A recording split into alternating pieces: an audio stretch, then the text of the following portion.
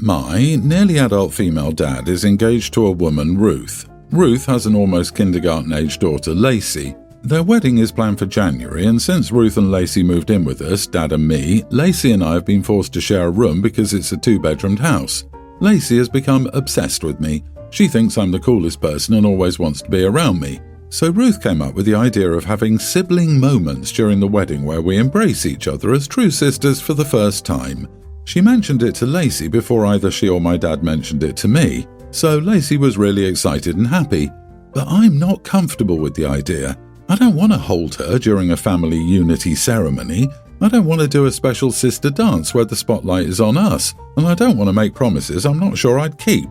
Ruth has already printed out the promises and showed me what I would need to say at the wedding. It's basically, I will always answer her calls, always call her my sister from that day forward, and I will be there for her and chase away the bullies and show her how to do things. It's not that I'm opposed to us being closer at all, but I won't go out of my way to come home from college just to be there more with Lacey. I might not even stay at my dad's when I do because I don't want to share with Lacey. I already hate doing it now.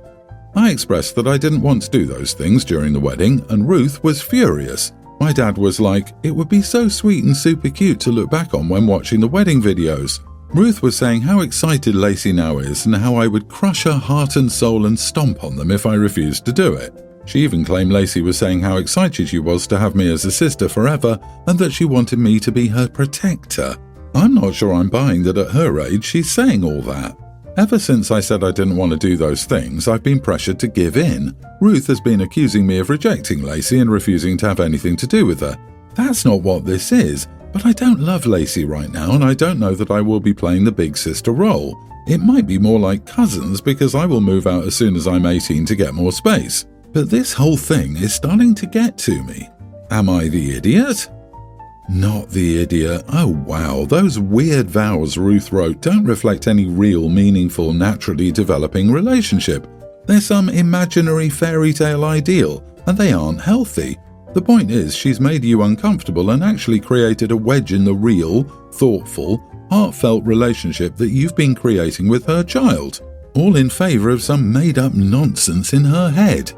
Oh, I didn't even catch the whole protector thing. That's a parental role. It's not like OP will be there to beat up the kindergarten bullies.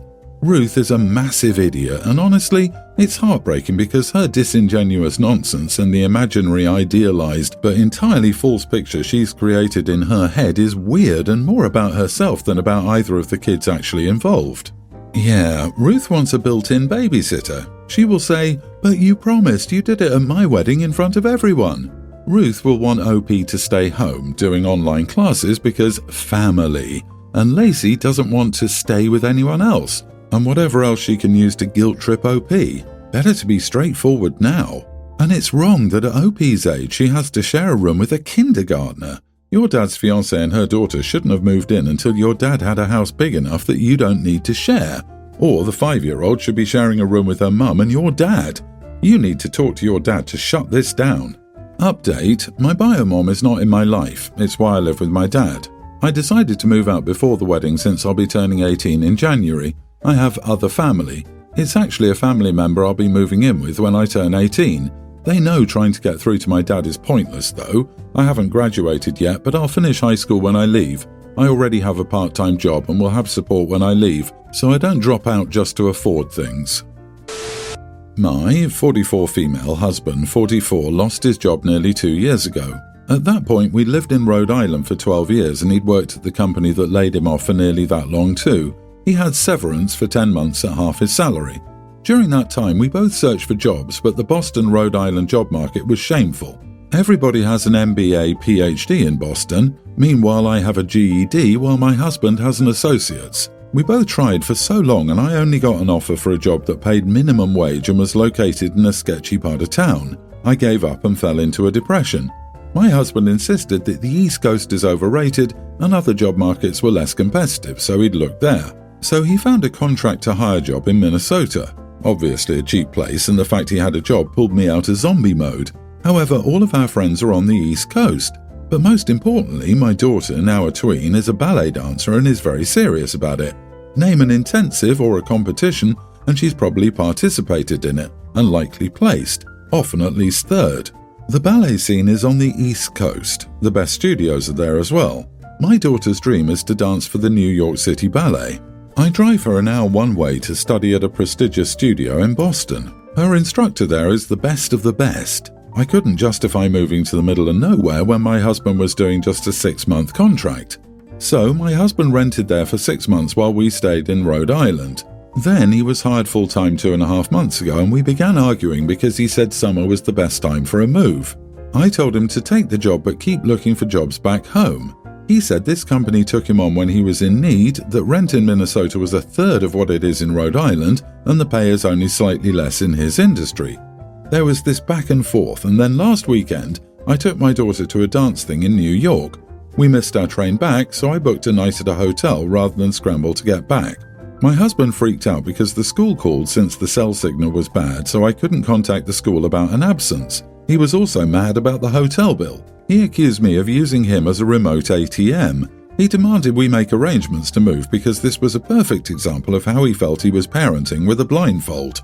I told him to calm down and that he didn't see it from anybody else's perspective. We'd be moving to a place where I know nobody. My husband doesn't understand how isolating that would be. I try to FaceTime him whenever possible, but my husband admits that he wants me here partly because he wants to have intimacy again. We're in a bad situation now, but I feel like I'd be a bad mom for uprooting my daughter from dance because of essentially his urges and parenting insecurities on my husband's end. Am I the idiot? So, your husband is busting his hump trying to support the family, and you're doing diddly squat except complaining and spending money you can't afford. I'm embarrassed for you and I feel awful for your husband. You are the idiot. Hopefully wife number 2 will bring more to the table because she certainly couldn't bring less. I really hope this comment digs into her brain. On top of all that, I saw you mention how isolating moving somewhere new can be. Think about how isolating it is for him to have a daughter and a spouse living in another state. Consider that you aren't the only person in the marriage. You need to move. You're using your daughter's passion for dance to dig in your heels. You wouldn't have the money for dance if your husband hadn't taken the job. It sounds like you sent your husband away to make money so you and your daughter can carry on living the ballet dream, which isn't right, and it's not wrong that someone wants their spouse and child to live with them. Think how isolated he feels. You need to figure this out before you lose your marriage. My husband has 2 daughters, 19 and mid-teens, from his previous relationship. He only sees them once or twice a week on his days off. He can't see them often because of his work schedule. When they come over, they usually stay for a short time, eat dinner or lunch, and talk with their dad. Sometimes they go out for a couple of hours. The problem is they don't respect my kids and me, and the younger daughter constantly steals from our home. I wouldn't mind if they just didn't want a relationship with me, but they constantly disrespect me and insult me when I enter the room. They've insulted me for not working. I have a job but just recently had a baby and make jokes about how I'm using their dad for money. I make more money than him. I have 2 sons from a previous relationship, pre-tween and tween, which they insult because they think my sons are too dumb to understand what they're saying. Yet they understand clearly and are hurt by it. I've talked to my husband about this, and he says it's all just jokes and that he acted like that to his siblings. I've spoken to them about it and they told their mom, who argued with my husband about it. The younger daughter also steals. She'll say she's going to the bathroom and then enter the bedroom and take some cash. I've caught her doing this multiple times. My husband will make her give it back and then give her money from his own wallet. When I tried to talk to her about it, she told her mom, who again argued with my husband. We've gotten locks for our rooms, but she's just stolen other stuff instead. My kids avoid going to the kitchen or living room when the girls are over, and I'm tired of worrying that something is missing. I told my husband that he could spend time with the girls outside the house, and if he brought them over, I'd just take the kids and leave them until they were gone. My husband called me childish, and my mom said making him do that for me was unfair. Am I the idiot? Not the idiot for trying to protect your house and kids, but if you're going to leave the house, I'd install cameras. I wouldn't tell them that, but I would let them all know you'll be filing a police report if anything else comes up missing. But you and your husband need therapy ASAP, because this cannot continue. Why is he okay with his kids stealing? It's not a joke if everyone isn't laughing. Why is he okay with dismissing your feelings and that of innocent little kids? The age gap between those teenagers and your elementary schoolers is too big for jokes, and you've already told him you and your kids aren't okay with the jokes. It doesn't matter what he used to do with his siblings, unless there's some missing context here, like you're the affair partner. But even so, ultimately you have a husband problem. Might not be so black and white.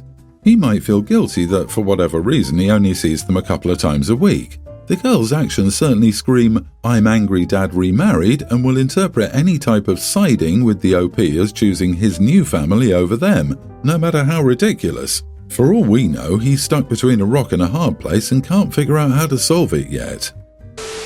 I, 25 female, had my first baby with my husband, 25. Our daughter is named Calla to honour my grandma.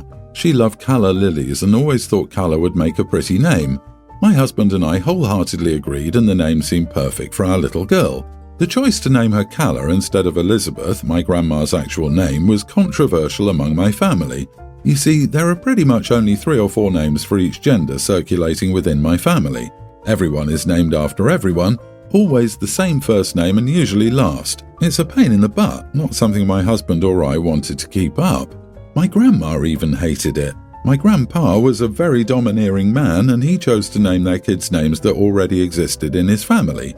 She had zero say and she hated it. I remember complaining to her one day that I hated sharing my name with 4 other family members I saw all the time.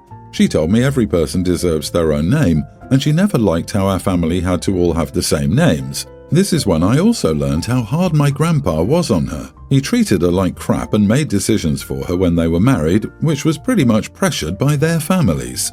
She was the one who told me about honour names being more special if you don't use the actual name but something about the person or what they loved. So maybe a virtue name based on a virtue for the loved one or their favourite flower or plant, a place they loved or their birth month or stone. We lost her 2 years ago and it was awful. My husband adored her too, and she adopted him as a grandkid when we were kids. He and I were best friends before we became boyfriend and girlfriend. For us both, it made sense to honour her, and doing it how we felt was better and how she felt was better. My family has already pushed the idea that we were wrong to name her something weird that is not Elizabeth, and they say I shouldn't say we honoured Grandma. I never asked for their opinions, but they gave them and wouldn't stop giving them and insulting the choice we made. So I snapped and told them my daughter's name is none of their business, so they should keep their unwanted opinions to themselves. They told me there was no need to be rude and that I should be willing to hear honest feedback from people who love us. They claim naming is very much a family business and I should also know and respect that. Am I the idiot? So not the idiot. Calla is a beautiful name and you should be able to honour the grandmother you loved any way you want. She's your daughter, not your family's. She's the one who has to live with the name, so good on you for not letting them push this bizarre naming is a family business narrative on you. Naming babies is not family business. What the heck does that even mean? That is so stupid. You didn't name her anything offensive or anything, so they can keep their opinions to themselves. Why would you want 15 people named Elizabeth in your family? That's just confusing. Also, usually when people are just being honest, it's their way of saying, I'm going to say something insensitive and idiotic. Your daughter's name is beautiful and a perfect tribute to your grandmother. I, male 27, started dating my girlfriend 25 1.5 years ago, and things are going great between us. We also live very close to each other. The only thing that sometimes bothers us is our income disparity. I make almost 3 times more than her and have intraday trading accounts, so I also earn money from them. It sometimes interferes with our relationship, but I'm always mindful of carefully treating money around her. I don't spend carelessly in front of her and I pay for the majority of our dates and all. In 2021, I bought a MacBook Pro, and after using it for almost 1.5 years, I didn't like working on it anymore, so I decided to give it to my younger sister, 18.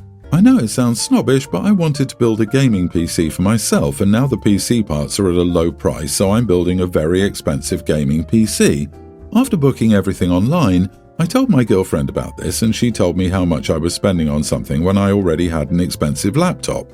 I told her everything and that you can't game on a MacBook and it's a work laptop. I needed a gaming PC for me, but she kept going on and on about how unnecessary it was.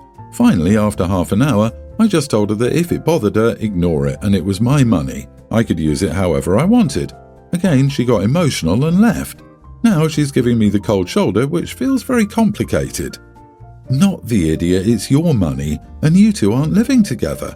Also, if your spending habits are really something to worry about, then where's that concern when it comes to you paying for the majority of your dates? Or is she mad because that gaming PC could have been an engagement ring? It seems a bit unfair that you can pay for most of your dates without a problem, yet buying something for yourself is suddenly something worth scrutinizing. I second this. I'm sure she never complained during any dates you paid for, LOL. She's probably worried you're taking that money from the dates fund. My ex was exactly like this. She was perfectly fine if I was blowing money on her butt, but would lose her damn mind if I bought something for myself. 3 guesses as to why she's an ex. I will try to give her the benefit of the doubt here. Because she doesn't make as much money, she may need help understanding what sort of after-tax income you have available. For her, she may see what you're doing as a red flag, as you're spending a large amount of money on something that she sees as a frivolous expense. This may make her concerned for her financial future if the two of you were to get married, probably something in the back of her mind. Instead of addressing that concern, you dismissed it, telling her that she has no say in what you do and how you spend your money. Also, giving away a computer worth hundreds of dollars, even if to a family, is still weird overselling it to help cover the cost of the new one.